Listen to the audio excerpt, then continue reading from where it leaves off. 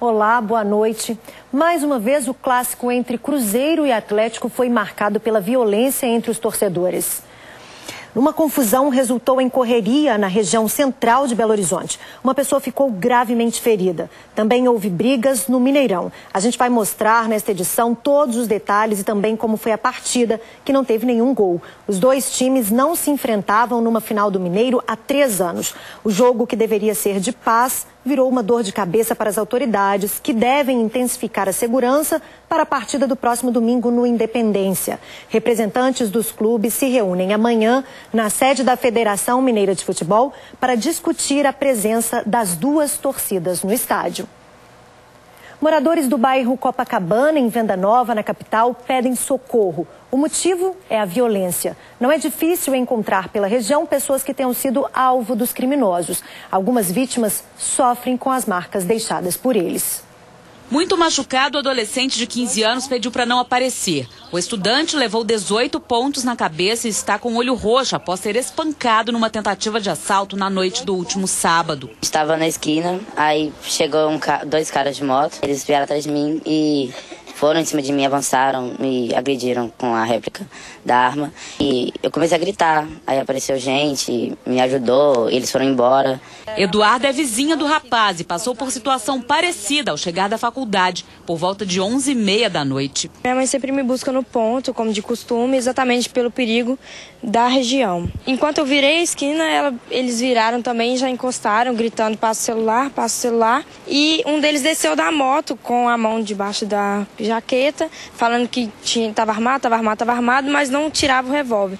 No que a gente percebeu que ele não tirava o revólver, a gente começou a gritar. Nair lembra assustada da tentativa de estupro ao voltar da casa de um parente. Ela foi surpreendida por um homem que estava atrás de uma árvore. Com um canivete, que me pegou pelo pescoço, pediu para não gritar e mandou tirar a roupa.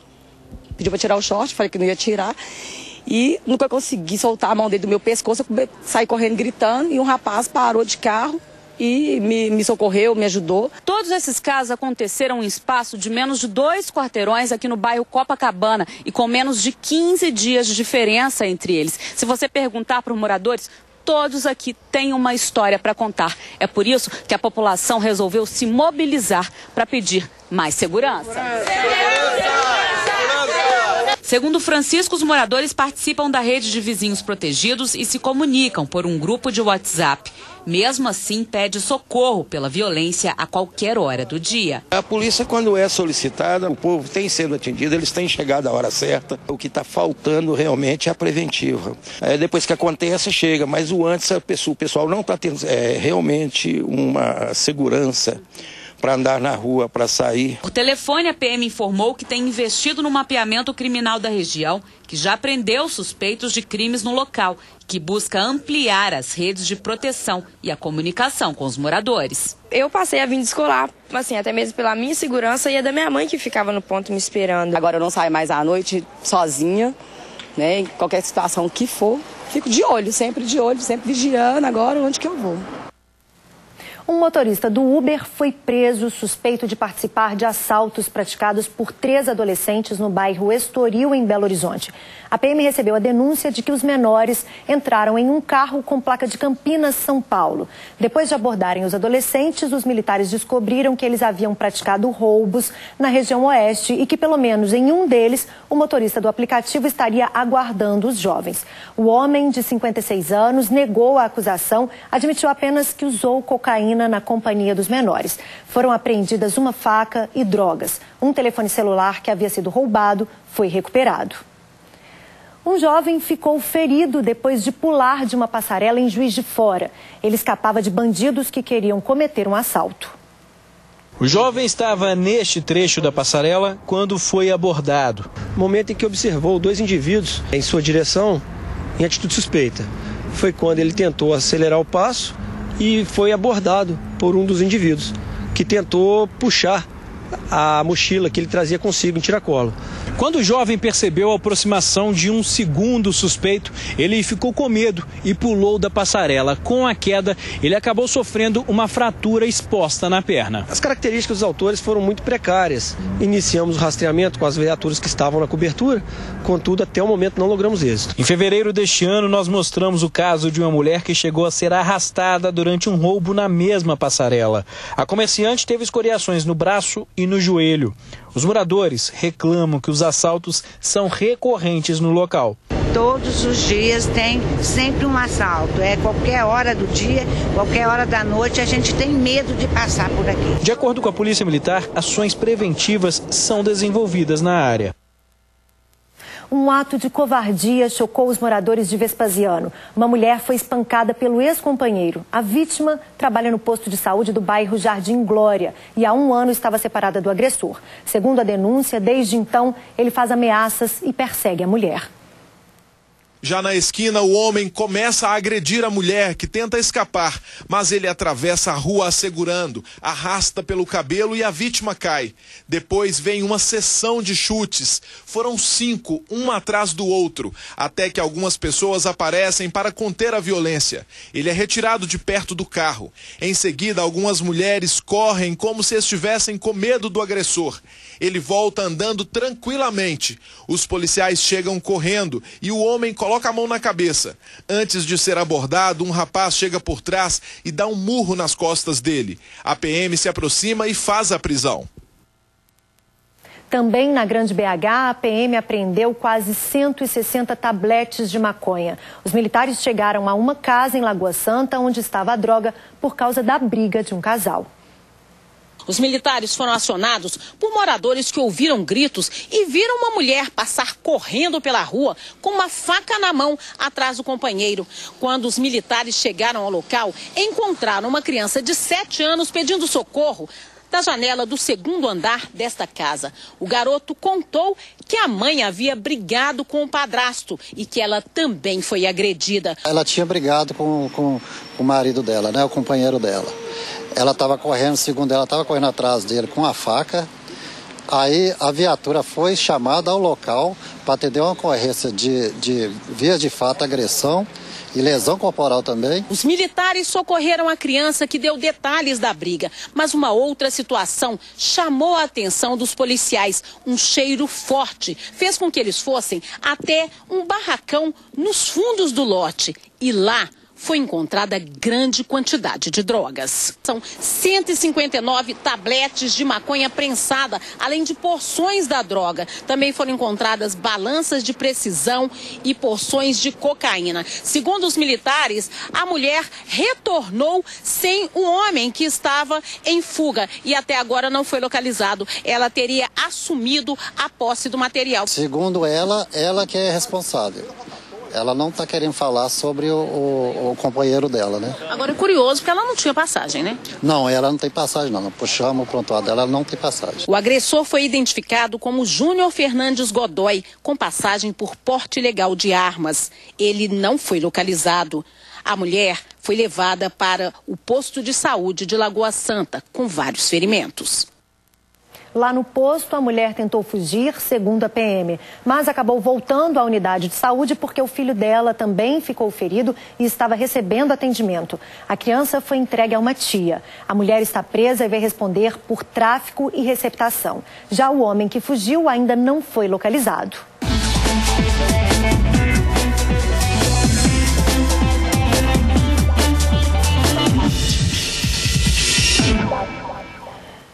Essa semana promete e o Jornal da Alterosa não vai ficar de fora e trazer todas as informações sobre a final do Campeonato Mineiro. Começamos com um resumo do que foi a partida entre Cruzeiro e Atlético nesse domingo no Mineirão. Não houve gols, mas muita confusão entre os torcedores dos dois times.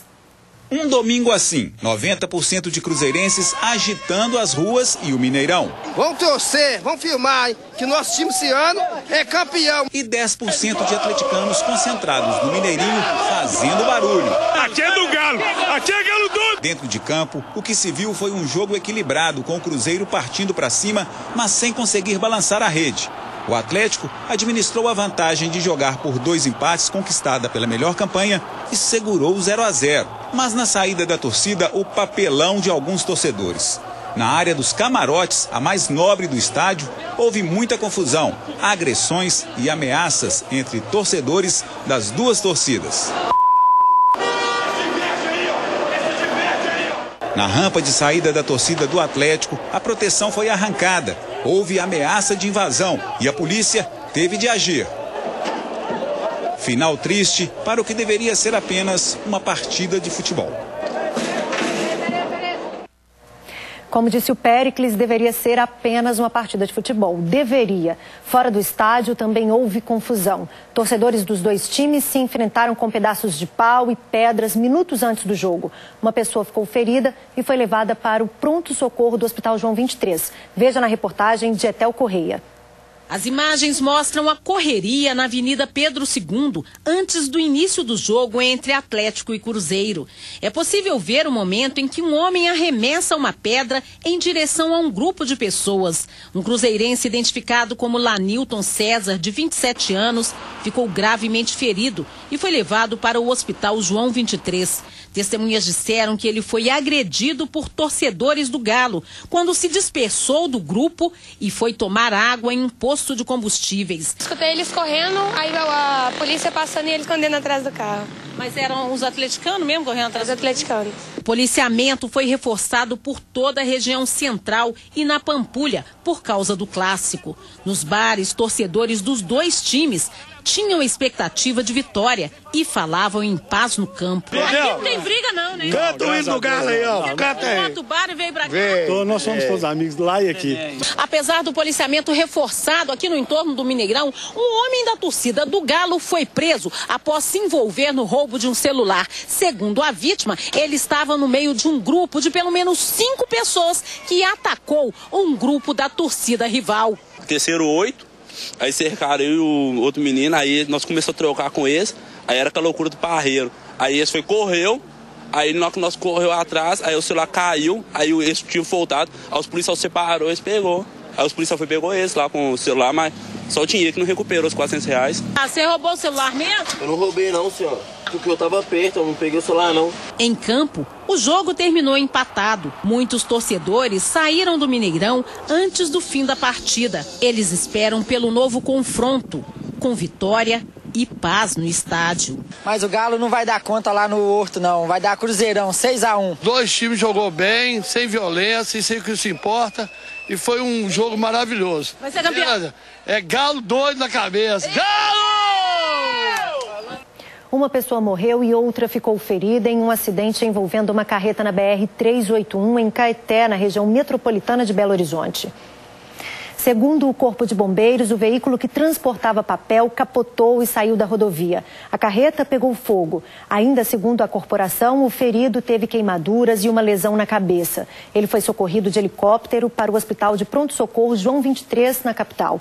O acidente foi no sentido Vitória. Um longo congestionamento se formou no local. O presidente da Câmara Municipal de Várzea da Palma, no norte de Minas, Thales Emílio, do PSC, foi esfaqueado pelas costas na última noite em uma lanchonete. O autor do ataque é um ex-funcionário da casa. A suspeita é de que o homem que trabalhou como motorista no Legislativo não teria aceitado a demissão. O vereador foi socorrido por populares para o hospital da cidade e minutos depois transferido para Pirapora. Ele já teve alta, o suspeito ainda não foi localizado. E o frio parece ter chegado de vez, né? E será que ele continua amanhã? Veja a previsão do tempo para todo o estado no mapa.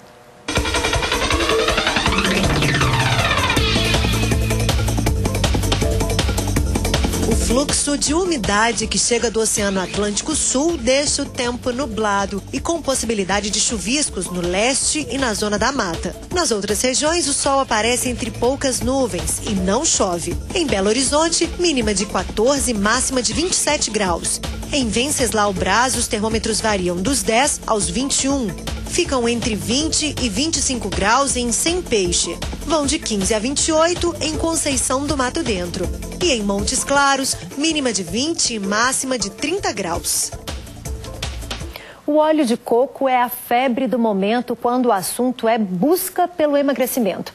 Ele também pode trazer outros benefícios à saúde, como melhorar os níveis de colesterol, se consumido da forma adequada. É o que você vai ver agora na coluna Viver Bem.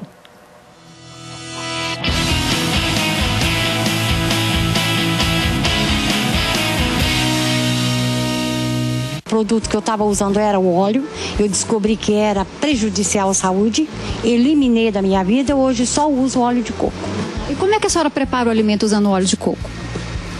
Para refogar. Igualzinho usa o óleo, a banha, sabe? O mesmo processo, somente que eu deixei de usar o óleo. E para esclarecer as nossas dúvidas sobre o óleo de coco, nós vamos conversar agora com o especialista em óleos, Fabian Laszlo. Fabian, por que tanta polêmica relacionada ao uso do óleo de coco?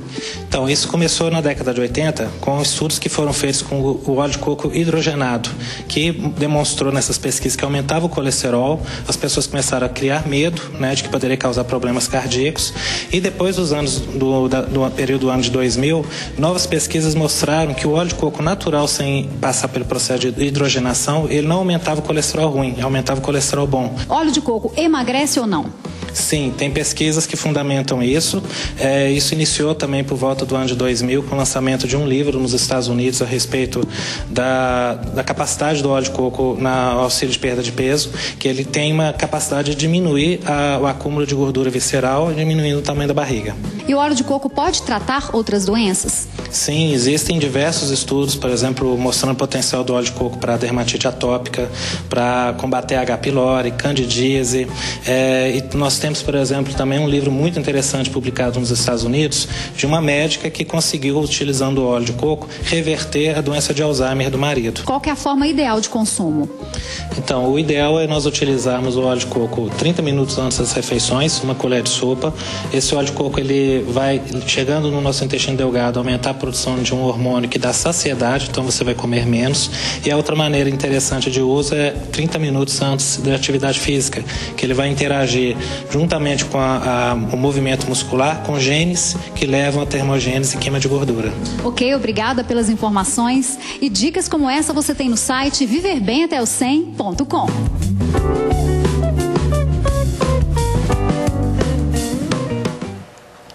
Lembrando que é sempre importante você consultar o seu médico para saber se realmente vale a pena investir no óleo de coco. Alguns especialistas veem o alimento com algumas restrições, principalmente se consumido em excesso. A eficácia dele divide opiniões, justamente por causa da gordura. Daqui a pouco, a celebração do Dia do Trabalhador. Nós voltamos já já.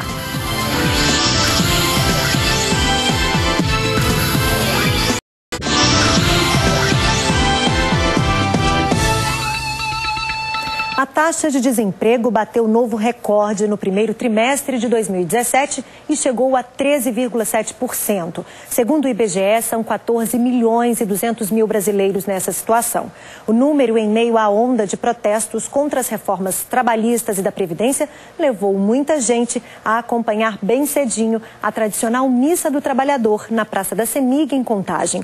Um momento de fé e esperança para muitos que sonham em voltar ao mercado de trabalho. Cerca de 5 mil pessoas unidas pela fé, com o mesmo objetivo, orar pelo trabalho. Católicos de 78 paróquias vieram pedir mais oportunidades de emprego, nesse momento em que o país vive uma fase bem complicada. Sempre é importante num momento desse, ainda mais a situação que o país está passando, né? A gente tem que pedir a Deus que ilumine os nossos governantes, que tudo escorra da melhor maneira possível para o nosso povo. Porque hoje as pessoas perderam o amor uma pelas outras, só pensam em si próprio, no seu bem e não pensam no próximo. Mesmo diante das dificuldades, muita gente veio agradecer.